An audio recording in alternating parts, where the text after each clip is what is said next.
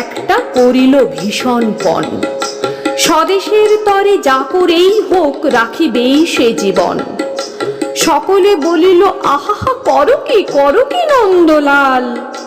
নন্দ বলিল বসিয়া বসিয়া রহিব কি চিরকাল। আমি না করিলে কে করিবে আর উদ্ধার এই দেশ। তখন সকলে বলিল বাহবা বাহবা বাহবা বেশ। নন্দের ভাই কলেরায় মরে দেখিবে তাহারে কেবা। সকলে বলিল যাও না নন্দ করো না ভাইয়ের সেবা। নন্দ বলিল ভাইয়ের জন্য জীবনটা যদি দিই, না হয় দিলাম কিন্তু অভাগা দেশের হইবে কি। বাঁচাটা আমার অতি দরকার ভেবে দেখি চারিদিক। তখন সকলে বলিল হা হা হা তা বটে ঠিক।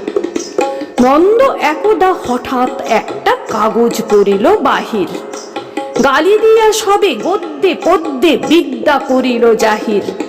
পড়িল ধন্য দেশের জন্য নন্দ খাটিয়া খুন, লেখে যত তার দ্বিগুণ ঘুমায় খায় তার 10 গুণ।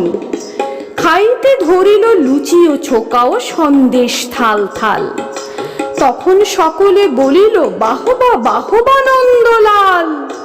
নন্দ একদা কাগজেতে এক সাহেবকে দেয় গালি, সাহেব আসিয়া গলাটি তাহার টিপিয়া ধরিল খালি। নন্দ বলিল আহা করো কি ছাড়ো না ছাই। কি হবে দেশের গলা টিপুনিতে আমি যদি মারা যাই। বলো কবি ঘত নাকে দিব খত, যা বলো করিব তাহা। তখন সকলে বলিল বাহবা বাহবা বাহা। নন্দ বাড়ির হতো না বাহির, কোথা কি ঘটে কি জানি। চড়িত না গাড়ি কি জানি কখন উল্টায় গাড়িখানি। নৌকা ভীষণ ডুবিছে ভীষণ রেলে কলিশন হয়। হাঁটিতে সর্প কুকুর আর গাড়ি চাপা পড়া ভয়। তাই শুয়ে শুয়ে কষ্টে বাঁচিয়ে রহিল নন্দলাল।